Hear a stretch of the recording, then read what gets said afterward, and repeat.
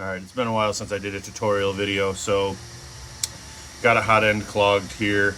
Material's running fine. It's a little brittle, a little old, so something's definitely broken in here. I've tried my handy dandy tool cleaner here, and we're definitely hitting something. I heated up the tip to try and pull the object out there like you'll see on some of my other YouTube videos. That didn't work, right? And you don't want to do that too much because, as you'll see a million comments, you can get some damage there. So unfortunately, we are now tearing into it. The only thing I've removed so far is this cover. This plug plugs in here, and I've removed that. We should turn off the machine to be safe. Plus there's fans spinning and things like that that you don't want. So I have a 2mm here.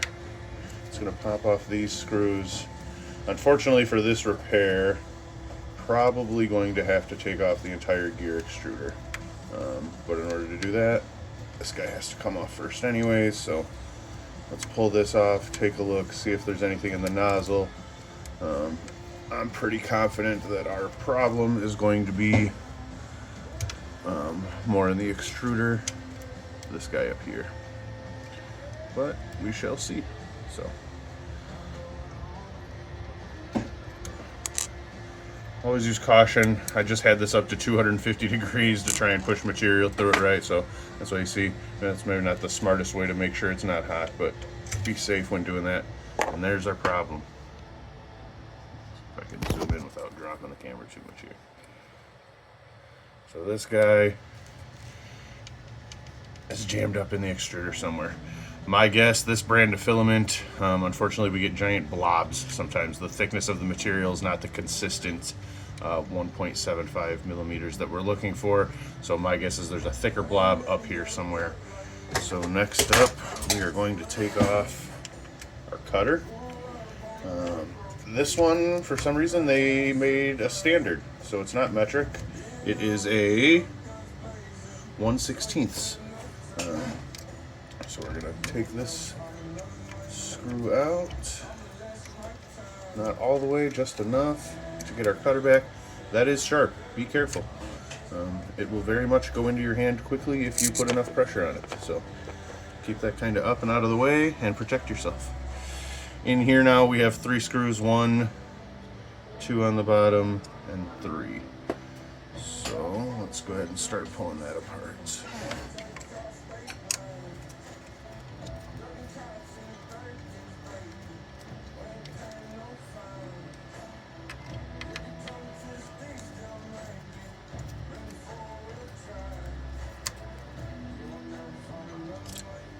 If you lose any of these screws, excuse me, odds are in one of your kits, if you bought your new printer new, there's probably a spare one, so don't lose too much sleep. Otherwise, they are all standard screws that you should be able to get just about any hardware store, Amazon, things like that. If you lose one just like that one, flew away. So, got one last ribbon here to unplug, probably the most delicate of them. That's for your filament runout sensor here. So this guy should pop right off now. So now to get this torn apart.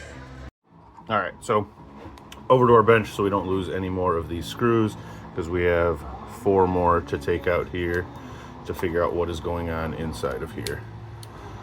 So this is our same 2mm wrench that we used for the first 2 screws to get the nozzle off.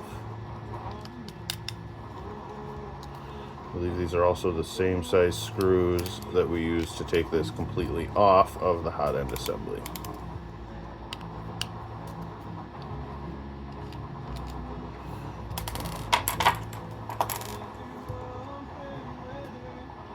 And 4. So this should gently pop off. And then this whole gear assembly is going to pop out. But we're going to try and manually spin it and see what happens. So, yeah, definitely a blob of something in there.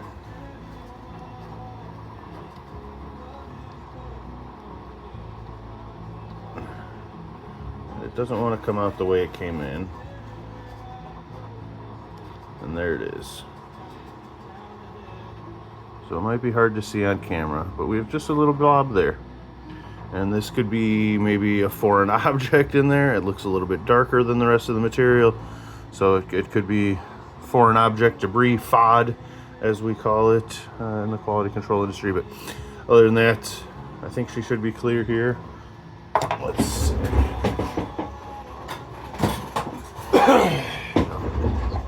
My little clearing tool runs right through, nice and clear. So let's go ahead and put this back together.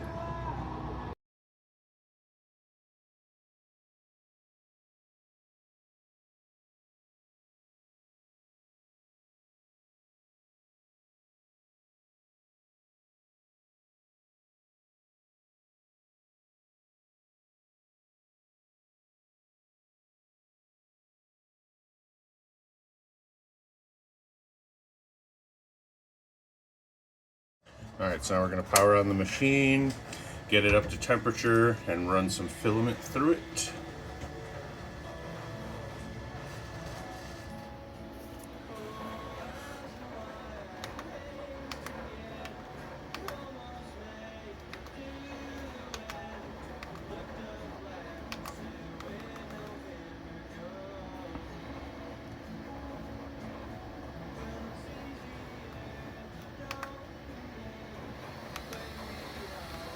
So we're almost up to temperature.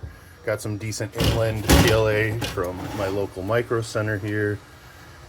Probably not going to be the easiest to get this loaded one-handed, but we'll see what we got. Now I haven't put the cover back on just because that's one step I don't want to have to do if I got to redo everything. So we're up to temperature. So we're going to move over to the E-axis. We're going to give that a couple clicks, start moving stuff, push it in by hand. You can see our gear extruder wheel isn't clicking like it was before. I didn't really catch that on video for you, but I can also feel it grabbing the material. So I'm going to hit the down button on the E gear extruder a few more times and make sure I got some nice good flow coming out. I didn't like the angle coming out of the nozzle at first, but it seems to have worked itself out there. Get this thing back running. And there it is, back up and running the way it ought to be. Working on some more fidget toys for next Christmas.